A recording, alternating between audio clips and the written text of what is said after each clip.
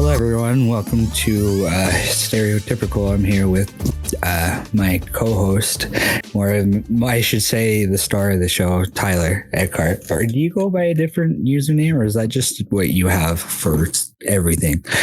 I mean, I'm just going by Tyler. I mean, yeah, it's funny. It was like yesterday when I did the whole stand-up thing, they asked me for like a stage name, and I was like, "What the? No, just Tyler. Just say my name." Yeah, but the problem is there's a million Tylers. My brother is named Tyler, but it's Tylor, Tylor. Yeah. Anyway. Yeah, isn't you redhead too? Right. No. You're older. No, the middle child, Jalen. Jalen's the redhead. Yeah, he's my full brother. Tyler is the oldest, and he's only my half brother.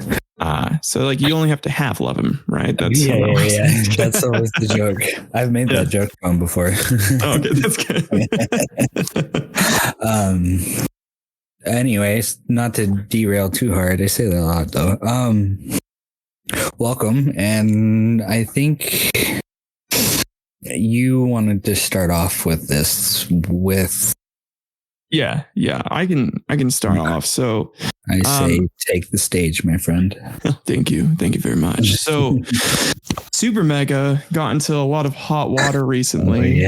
I don't know how much you know about it, but all I heard about it was a TikTok post, and I was like, "Oh, they're in trouble." And then I literally didn't want to listen to why, because I got super sad and didn't want to tell you. Oh. So why? Tell me. I'm intrigued. So one of their former employees named Lex went through a very unfortunate incident with an ex-partner of hers named Dawn, who was a channel artist for Supermega while they're like together in a relationship. And Dawn essentially sexually abused her. And what Lex said is Matt and Ryan essentially like ployed together to like cover it up, you know, which is obviously awful. If that was the truth, but what it sounds like, because like after listening to Matt, Matt's response mainly, and Ryan's was more. Turns out Ryan was like, I guess cheating with a partner with like fans and stuff, and so he was like, I abused my platform, and so he's like, I'm not gonna make any more content anymore. Which is really sad. Ryan was cool, but I mean, it sucks that he did that to his partner. But it was with an adult. It wasn't with like a child fan. Like other YouTubers have done. Oh, yeah, that's very true. I was actually wondering if that's what it was, but I guess that's better than, I don't know. I mean, it definitely is better than child. That's the bar, I guess. Yeah, it's a very low bar. Never too much to stay above it. So does that mean they're getting canceled and like everybody's not doing anything anymore? Kinda, yeah. The band's breaking up. The band is breaking up essentially. A lot of it stems from another employee named Leighton, who they let go and essentially has been like on a vendetta against them. Even saying like, Leighton. Leighton was like saying, oh, they're homophobic. They say this or this and that. But then like Leighton in the shows was making a bunch of like homophobic remarks. I mean, he's gay. So like, it's, I guess, cool if he says it. And then he would do like all this other shit that would like be considered like sexual harassment. He was saying that like they sexually harassed him by like showing them their butt or like their balls and stuff around the office. But it's obviously it's just like they weren't like intending it like that at all. And this is let me go into Matt's response before I get into all of that. Right. Sure. Okay. So Matt essentially was like, he acknowledges the way he handled it wasn't correct. He should have just immediately believed Lex and not, just publicly denounced Dawn and got people out of there. But Lex at the same time too had said that she didn't want everything to be public, Right. And so like Matt obviously didn't feel like it was his place to tell Lex's story with that. But Matt also had a hard time believing Dawn did that because they were good friends, and him and Ryan just were like, we don't see Don doing that, which is a lot of people are going to hate me for this. I think that's an understandable thing to do when you hear about that about a friend, right? Yeah. So, well, because you always want to try to give the benefit of a doubt, especially if you've known them for X amount of years. Like, I mean, me and you, how long have we known each other? Like almost 2. Well, let's see. 14? 14. Yeah. Like we're getting up in the 15-year mark now. That's crazy. Yeah. You knew me before I lived in Utah. Yeah. But that's only through your cousin. Yeah, that's true. Yeah. That's a different topic. But what was I saying? What were you saying? I'm sorry. I'm totally spacing it now. No, you're good, man. I was just saying, like, if someone came to you who was a friend and they said that your other friend sexually abused them, right? Would you not also feel almost inclined to go talk to the person they accused to get their side of the story? Well, yeah, of course. Like, you can't just take it from one side, regardless if it's your best friend or not. You know what I'm saying? Especially when it's something that serious. Well, yeah. And the way Don had made it sound to them was a misunderstanding in a relationship. And that's where the water muddies even more. It was a fucking relationship. Yeah. So that's like even harder. And then I think the guy was like German or something. So then you also have like cultural differences on like what, I mean, abuse is abuse at the end of the day. So like what Don did definitely was abuse. And Don did eventually admit to it being abuse. Maybe not like explicitly, but he essentially apologized and was like, "Oh, I'm sorry for everything I did." That doesn't forgive. Oh yeah, you don't forgive Don, but then people are attacking Supermega, being like, "Well, why didn't you just immediately?" Well, because they have a channel that they wanted to protect, and you got to remember they wanted to come. I remember them, Matt and Ryan, who were their editors for Game Grumps, and like they helped them get off their feet and onto their own platform and helped push them for who they are today. And I honestly respected a lot. I never really watched them a whole lot, but I always heard about them from Game Grumps and other platforms, and I always see snippets. I wasn't really the ones who watched them, but I know a lot of people love these guys. Well, yeah, because they were hilarious. I mean, some of their jokes were pretty off color, but like some of it's just like, yeah, they're off color, but it was just, I don't know. Yeah, it's just the way they are. It's dark humor. I personally enjoy dark humor. Yeah, that's just how I am. So, but the worst part about this is Leighton, after Lexi came out with her story, essentially used that to jumpstart his own vendetta against them again. And he was saying shit like they didn't take you remember when they're in Syndigo with Mark? Yes, vaguely. Yeah, so like Syndigo, so it was back like 2010, 11-ish. Oh, maybe. Yes, kind of. Well, it was. What was it? What was it? I should say. There's like their comedy sketch channel. That's where like a lot of their like Mark and yeah. In passing. Sorry, that's all I wanted to say. I think I've heard of it. I don't think I've ever watched or listened to it. They had some good stuff. You should definitely go check it out. I'd recommend it. It was a prime YouTube era back then, Yes. I feel that though. So anyways, one of their buddies who was with them, I think it was Daniel or something, his name, whatever, Daniel Kyer was his name. He would end up committing suicide, and Leighton, who was never involved with that guy at all, or like never part of that group, said that Matt and Ryan would like make jokes about suicide and like call Daniel like a coward. With like no facts to back it up. Ryan was the one who found Daniel after he, tried to kill himself. Oh my God. So yeah, this shit was like, could you imagine being so petty about getting fired because you sucked at your job that you decided to go on this whole campaign to try and cancel them? Oh, and then the reason why like Lex was mad at them, at least in my opinion, from where I can see, because she also said shit like that. She said that they would say Daniel was like a coward or something and make jokes about suicide all the time. As if they, wouldn't take it seriously. part of me, like where that spike comes from, I feel like is because it turns out they got like kicked. They were allowed to live rent free in their house essentially, or like in the studio house that they had.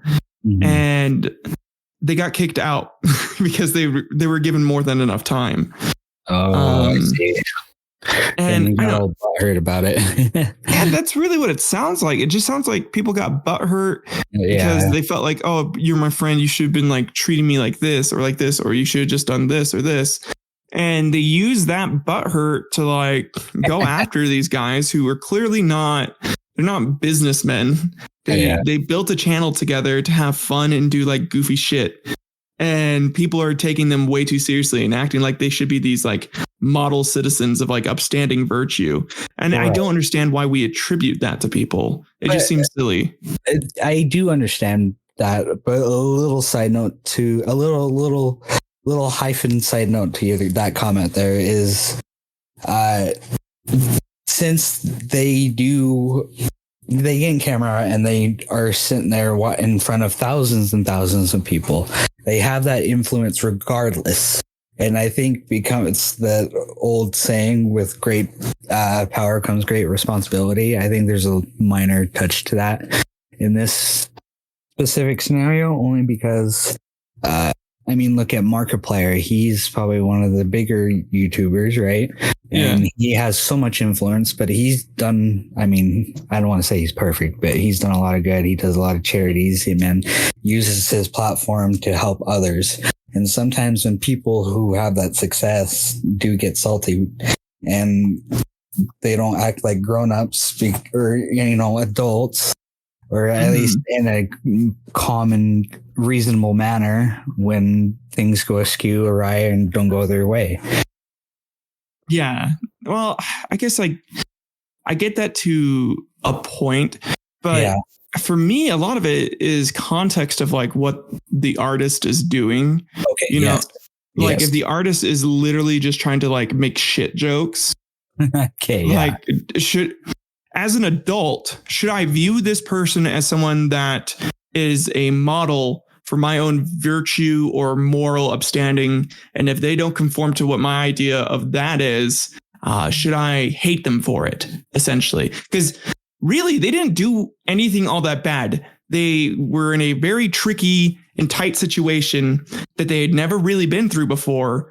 And yes, they handled it poorly, but it was their first fucking time really handling that. Sure, yeah, I get it. And when things are in panic, especially when it comes to you needing a place to live, I can understand that. That. And then I can understand like Matt's panic about the channel too, because like that's his baby. That's something that he's like grown and cultivated. So. And that is something that is a channel destroyer, as we've now seen. It destroyed their channel. Yeah. I don't know. I feel like it's another situation of the Try Guys, if you know them. And whatever his name is, I don't remember. Is it Ned or something, right? Yes, I think you're right. The redhead dude. Yeah, they replaced him with like a chicken in all their videos that had him. Really? I didn't know that. Or something. Like they edited, they tried to edit parts of him out, and like where he appeared on screen, they photoshopped something in. Yeah. Which is really funny. But they're in, they're in similar waters. I don't even know how they're doing or faring nowadays. I haven't thought about them for months. But with him and cheating on his wife or stuff, something like that, and him getting kicked from the team, and them trying to not lose their channel in the uproar. Yeah, I don't know. When the stuff gets, when that sort of shit gets out publicly, I feel like. Like rock stars, dude. Rock stars cheat on their wives all the time, and people are fine with it for some reason. Well, it's the stereotypes. But as soon as it's a YouTuber, it's like, I don't know. I guess I don't see the difference. It's like, why does their personal life matter? Well, right. I get that. But I think YouTube, because of it being a media platform, it's easier to dramatize everything. But even if it is, because this ain't like a light topic, you know what I'm saying? No, it's not. something to address. However, I'm with you. I don't think they need to go under the water for it. I think Matt and Ryan. I don't how involved was Ryan part of it in all this? He's semi-involved. Like he's probably about as involved with Matt, as involved as Matt was. His main thing again was Leighton or someone outed him for cheating on their significant other. Right. Okay. And so that's why he feels like he needs to take a step away from content creating. That's right. That's what you said. Okay. So I guess maybe they all need to just take a break, right? I guess they have to if one person leaves. Well, yeah. I mean, I don't know if Supermega is going to continue, really. It's because Supermega was Matt and Ryan. It's just Matt. That's so sad. It is really sad. Like, fuck. Like, I don't know. The whole thing just reeks of parasocial parasites, essentially. These people who just leech off of somebody who built something so, like, they built something big and something that they could be proud of. And, he had all these friends, in quotes, really just fucking parasites who, he worked with, like, people robbed for Matt and Ryan. They like they had that whole ordeal with like the Tucker brothers. And then what's that about? Or I don't know, one of their like film guys or like photo guys, Tucker, like stole $12,000 from them or something like that. Wow. Yeah, like off the company card. And so they're dealing with that. And again, they like have these people in their lives and they thought they were friends and they try to act like buddies. But that's the other issue, is doing business with your friend. If they're not an equal partner, it always makes that quote unquote friend salty. Yep. It does. Yeah, it does. And I get that. So, but I don't know. It's hard to, I wish, I hope to see in the future they might come back. I imagine they might rebrand. I could see that being an option for them. Yeah, I could see that too. But I don't know. The whole thing makes me angry in different ways because I really think it's just a bunch of these. Like you get like almost into a hive mind when there's like this group hate on people, and then it feels like as soon as there's just enough people that are on a train, everyone else seems to feel like they should hop on this train, right? Mm-hmm. Even if it's right or wrong, even if they don't have a full context or understanding of the situation, they're like, well, all these other people are shitting on them. I should shit on them and not look into anything. Yeah, there's so much misinformation. It's like it's hard to trust any of it to begin with. Yeah. But yeah, I don't know. I like your take. I mean, I do agree. There's a certain amount of moral responsibility, but I feel like, I mean, we're not big, right? There's going to be like 3 people listening to this, and who knows if they're going to be like, fuck you. Yeah, honestly. I mean, everyone's entitled to their own opinion, and that's kind of all we do here. Yeah. And so, but like, I feel like if we got big, right? How would you feel if your personal life got too almost wrapped up in this, and you did something? Well, yes, it was like wrong. It's not like you hurt someone or it's like something you can go to jail over. You just did something that's like, in the eyes of a lot of people, morally incorrect. And you get canceled, pop culture canceled, Yeah. It's like the new trend, isn't it? I forget what it's called. Yeah, but I mean, that trend's been going on since what, like 2018? Yeah, but they're like giving it a name now, Yeah, it's true. Anyway, but I don't know. I really have no other words for it, to be honest with you.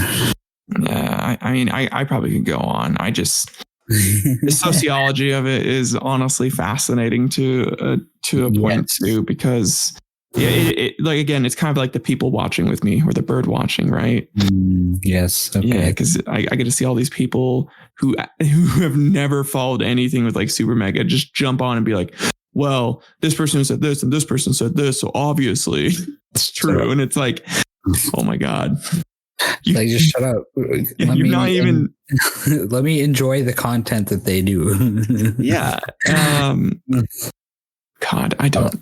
It can never be that simple, though. If it did, ignorance is bliss, I guess.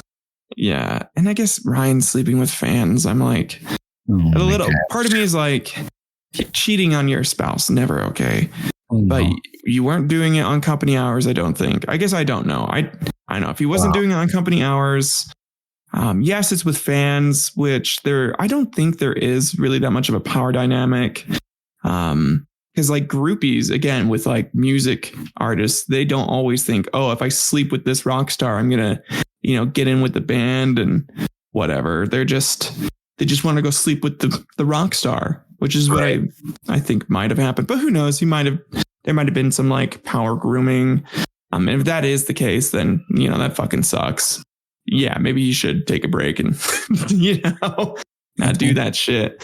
But if it wasn't, it was just kind of like a groupie situation. Who the fuck cares? Yeah, right. I know a lot of couples get bored, and to put it simply, and a lot of them want something more exciting, and sometimes those situations happen. And to each their own, Yeah, it's true. And yeah, if you can mentally handle not necessarily repercussions, but the things that come along with that, then more power to you. Yeah. I mean, like, I don't condone it. I'm not going to sit here and be like, go cheat on your wife if you're famous. It's fine. Right, exactly. But I'm sitting here being like, I don't really fucking care.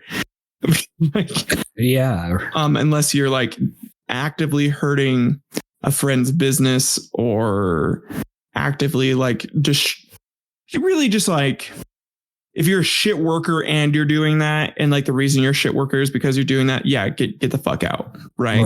Yeah. But if it's not impacting anything, I don't really want to know about famous people's like private lives.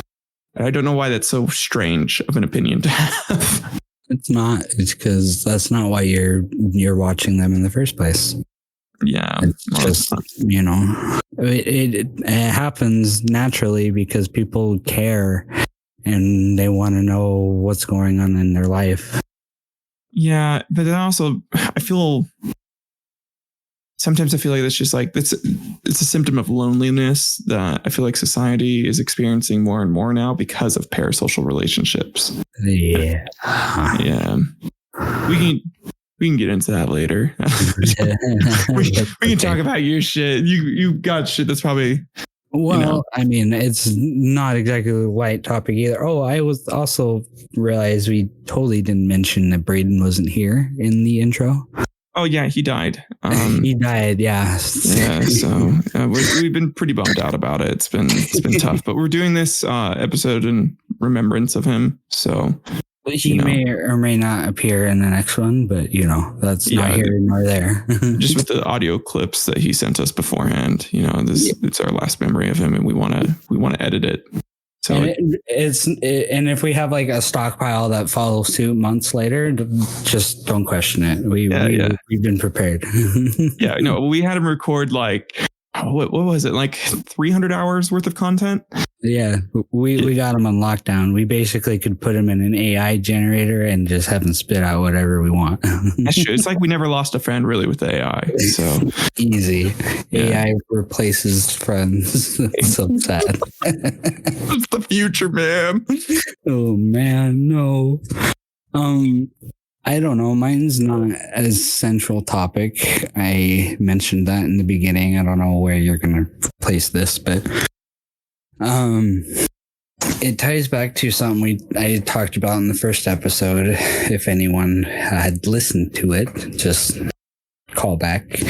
For ADHD specifically, but this time it's similar to the first one too. It's a lot of different topics and stories or headlines I have found in Reddit, and I just want to talk about it really and get your thoughts on it too. Yeah. So let's see here. So, okay, the very first one I found interesting as someone who hasn't been medicated since I was like 10 years old. And mind you, that was probably only within a year time time frame, and then just never using it again for one reason or another, money, family, all that kind of stuff. But the title of this one in this r/ADHD thread, it says, I think I just don't like being medicated. And which I found interesting because I never thought about that, but that's also because I've never really been medicated, but I know you have, off and on. But in his post specifically, he takes Vyvanse. Oh shit! Yeah. So, and I think that's a stimulant one, if I'm remembering correct. It's the one that I was on for a long time. I really liked it, actually. He says, I like it, and it helps me get stuff done and makes things not get overwhelmed and more tasks more bearable. However, I feel emotions less strongly, and I really dislike that. I've done research, and I know it must have something to do with the emotional dysregulation that comes with the ADHD. The medication helps regulate that. This means I get less excited about things. I don't think about my boyfriend as much or as intensely. I don't get bursts of energy and act silly. It also lowers my sex drive. And sex almost seems boring to me. And why is that? I feel intense happiness. I feel content, I guess. But it's like my emotions are all on an even field, if you know what I mean. Is this what people without ADHD always feel like? Well, with both of us having ADHD, we might not be able to answer that question. But. Right, exactly. But the reason I brought it up, it's because I wanted to ask you your thoughts on Vyvanse, and have you ever felt like you don't want to be medicated? Do you miss being part of hyperactive and having a lot of unique personality, I guess is a good way to put it? Okay, so I'll start with my thoughts on Vyvanse. I really, really liked Vyvanse. The closest thing I have to compare it to is the first time I did Molly. Oh, I see. Really? Yeah, I felt really, really fucking good on it. Part of it too is I think it also boosts your serotonin. So I think it's supposed to make you happier, which I don't know if I don't know, something might be going wrong, and Vyvanse might just not work for her, which is fine. But I really liked it. My issue with it is it's so goddamn expensive. It was like $300 a month. It's a car payment. Like a good car payment to fucking take those meds. Yeah. But you're already paying out the ass for. Yeah. Well, I'm back on Adderall now because I am not dropping $300 a month again. There's supposed to be a generic version coming out at the end of the year. Well, the patent is up in August, and then they're going to do like some legal. My doctor told me this. They're going to do some like legal shenanigans to push it, so no one can make the generic version until December, and then December will come around. So we'll have it probably early 2024, is what I was told. So once that's out, you can bet my ass I'm going back to that. Yeah, I see. So I didn't realize you were on Adderall. I thought you were on a non-stimulant. I was on modafinil for a while, but then it caused me panic attacks. Why? What? Do you know why? I don't know why. I have a lot of ideas about why potentially. I think at the time I'd gained a bunch of weight, and so I think that contributed to it. The other part of it was anytime I took it, I just felt like this huge ass rush in my body. Not like when I take Adderall where I feel calm, and I feel like normal and I can focus on shit. With this, I would take it and I'd feel like this giant rush. And then like 10 minutes later, or I guess really like 30 minutes later, I'd be kind of calm. And then I'd feel this rush again. I'd be kind of calm, feel the rush again. It was really fucking weird. It starts to trigger your panic and anxiety. Yeah. And so, my body would just like respond. And with my panic attacks, I can't breathe without gagging. So my wife would just see me standing at the top of the stairs because like my body, like I would freeze because like I couldn't swallow my own saliva, or like I was too afraid to breathe in without fearing I was going to have to dry heave for the next 20 minutes, essentially. Right. And that was probably the worst 6 months of my life. Like, so that, ever since I've been on Adderall, I've been okay. I mean, I'll have it happen every now and then, but definitely it was like daily on modafinil that I had that happen. So with Adderall, I don't know, like maybe once every couple months. And so it's just kind of something where it's like, oh, it's probably just like a standard, like panic attack, and we just have to go through that. Normal stuff. Yeah, but it's not fucking daily anymore. Right. Yes, So. that's awesome. So you like Adderall? You don't think? I feel like I would need to get something that's not a stimulant in my eyes, to be honest with you. But that requires me to also be on it for almost 4 weeks before I feel like it's going to help me. Mm-hmm. But then I feel like, is it possible to get a non-stimulant and then get like a low dose stimulant, one to help with everyday stuff?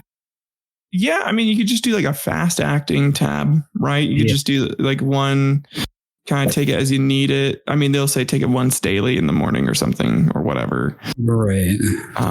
Or like a quick release, I think it was called. So, and usually you're supposed to take like 1 to 2 of those per day. Well, 2 to 3 of those per day.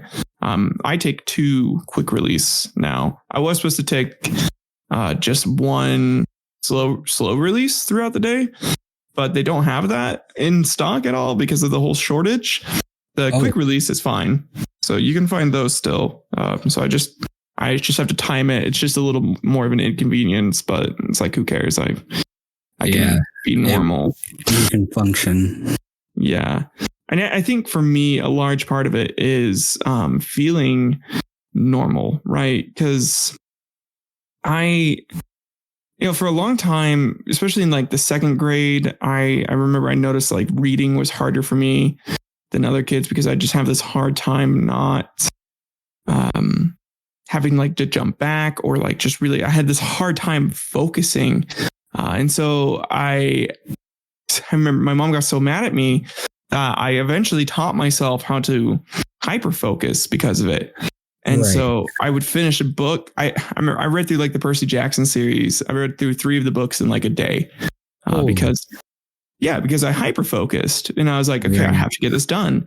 And that's why, kids with ADHD or like us, we get so consumed to games that we can do these like marathons almost because you get hyper focused into something.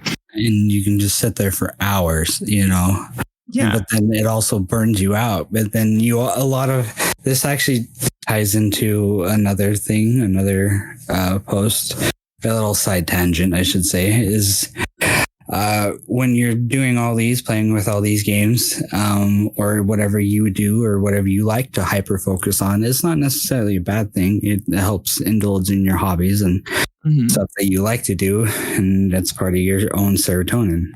But sometimes you get lost into it and you can feel guilt. And like this person says, do you ever lose touch with reality? And I highly fluctuate with this a lot. It's with days and times. A lot of days, most days, I feel like I'm either a day behind or I'm thinking too far ahead, or sometimes I'm a week behind and realize that we're already in August 3rd right now. You know what I'm saying? And I lose track of time so much, and it always gets away from me. Yeah, I get that. Yeah, no, I definitely did while I was off my meds, right? Or while I was on modafinil too. I don't think modafinil did shit for my ADHD. It's whatever. I wanted it because it was cheap. It was like $10. Yeah, got me through work. Yeah, I get that. Anyways, but Maddie had this complaint. My wife, Maddie, she, for those who don't know, I mean, Randall knows. So yeah. She would complain to me a lot where I would just essentially disappear. Like I was there physically, but mentally I was just gone because I was just lost into something. I was doing something else. I wasn't there present. And what I've noticed with being on my meds is with kind of going back to the hyper focus a little bit, when I was getting hyper focused off my meds, I couldn't put something down. Right? It's like you have this need, you have this thing. It's like, no, you have to complete, and you don't know what the completion is, but all you know is you have to complete. So you have to stay on the thing that you're doing, and it's frustrating because you don't know when the end is going to be. Right? Yeah. You have no clue. It's funny. It's sorry, not to get you off, but it's funny you say that. I'm literally playing with everything around my desk right now. I have like a stylist in front of me. I have my energy drink that I keep sipping on. I have my phone that I'm playing with. I have the controller that I keep touching the nut thumbsticks on as we are talking, and I have not noticed up until right now. yeah, and it just kind of takes you away, right? Because you're like, well, shit, I'm doing this, you know, because I'm trying to listen and focus and articulate and not sound like an idiot, but it often ends in long rambles and tangents and things that don't seem coherent to other people, but do in my mind, because it leads from one thing to another. Because I can think about multiple things at once. I don't know, man. No, I know exactly what you're talking about. I just have to stop talking for a second. No, you're good, man. Because I get it. It's you essentially like, okay, I'm doing this. I got it. But I'm also like trying to take care of this. Oh, cool. Fun thing. Okay. Back to this. Cool. Fun thing. Back to this. But kind of back to the topic though. Mm-hmm. So while I'm on my meds, I notice I am able to put things down, and I can go do other things and focus on that for the amount of time that task requires and finish it, and not feel like I have to be stuck there for hours doing it until it's done. But you don't know when done is. Yeah, exactly. That's crazy. Yeah, I definitely have experienced the lost in paradise feeling that you get with ADHD. It's wild. I feel like I got too comfortable when the pandemic happened in isolation. Oh, yeah. And I find myself staying inside a lot, even after work. But because I'm always at work, I'm hardly at home. And it's hard to want to go out when I do get home. And which I have been trying to get better about, especially because I have my 3-year-old and we need to spend time together. Yeah. Bond, it's important. Yeah, it's also important for a kid to get outside more. I've been wanting to do that with Evan, with Riften more. Yeah. That's been like a priority of mine lately. But it's just been so goddamn hot. Yes. What was it? Like Satan's ball sack out there. I definitely would be like, I've been like, okay, we're going to go outside. I step outside. I'm like, oh, you guys are going to fry. Really. I actually miss Utah for the dry weather because I forgot it gets humid here. Oh my God. Humidity's terrible. Dude, I want to die. I experienced 105-degree heat, and then with the humidity, it was like 110. And I was on a catering job for that 7,000 or 8,000 people I was telling you about for one of those weeks in last month. Yeah. Oh, fuck that. Yeah, and by the end of it, I drank like 12 water bottles before we left. I was soaked in sweat. I still had to help the deli with the preps because they weren't done yet. And it's just part of the way the job is. But I'm sitting there, I'm sweating and smell like BO, and I just want to get out of there. But I felt bad for the people around me. Yeah, goddamn. Fuck, man. I mean, it's not your fault. It's God's fault. Blame God. Yeah, fuck that heat. Well, I mean, I guess it's people's fault for heating up the earth. Sorry, everyone that doesn't believe in global warming, but it's real. It's not a facade. Yeah. I wish it was. Oh, man. Yeah, that shit's... Fuck, dude. I want it to be cold permanently. That would be nice. Or like a nice, like if it could just be like 50 degrees outside all the time. And then, I can come inside and put a blanket on or something and warm up. I'm cool with that. My wife thinks I'm insane, but I would prefer it that way too. And my wife would kill me as well. If I could have it that way. I have it at 60 right now in my apartment, and because they're not here right now, they're out in Utah. Fuck yeah, that's 60 is so nice. Luckily with my wife, I think I've like gotten her to adjust to the cold. So now anytime it gets above 70, she's like, oh, it's really hot in here. I'm like, yeah, it is. Take it and run, yeah. Yeah, so slowly but surely, she'll become more adjusted to the cold, and then we can move to Alaska like I want to. Or Norway. It'll be a good time.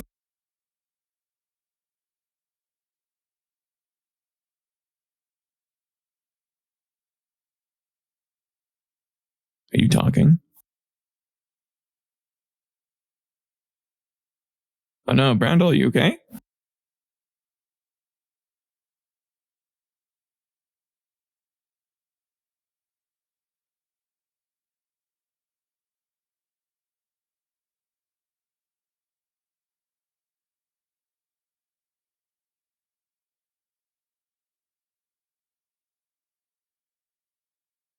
Hey, sorry. You good? Yeah, I just got really nauseous. Oh shit. Dude, we need to like cut this episode short. It's fine, man. Well, hold on, just a second. Okay.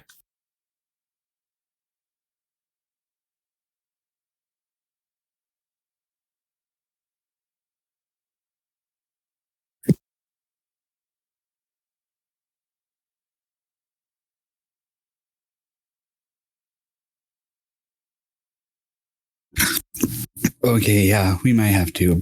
I just puked. Okay, yeah. Well, that's it for this episode, guys. Yep. Dude, I'm sorry. Fuck, man. Yeah, sorry about that. It just came out of nowhere. Maybe it was the food I brought home from the deli. Not the wisest idea, but. Oh fuck, dude. Okay, well, yeah. You go rest up. Yeah, go rest up, man. Sorry, guys. Yeah, I'll hit stop recording.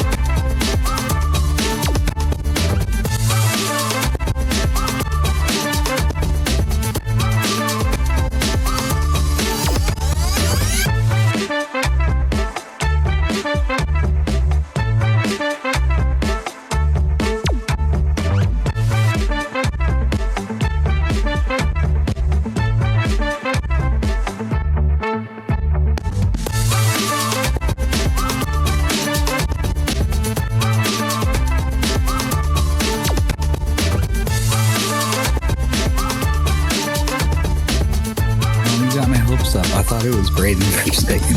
Oh. I thought he joined and I was going to be like, yo. Yeah, dude. With moving and unpacking, right? Yeah, it's probably just, I hope it's just that. For this episode, we should just pretend he's dead. Just like he's dead. Okay. Like an in memoriam episode. So yeah, and we'll just be totally like what's the word? Melancholy. Yeah, I guess so. Just like not nonchalant, but like we don't ever tell anybody like specifically where he went or what happened, or just be like sorrowful and mournful. Like, after the tragic death that he experienced, it like, really could not have been more horrible. We'll miss him. Oh God.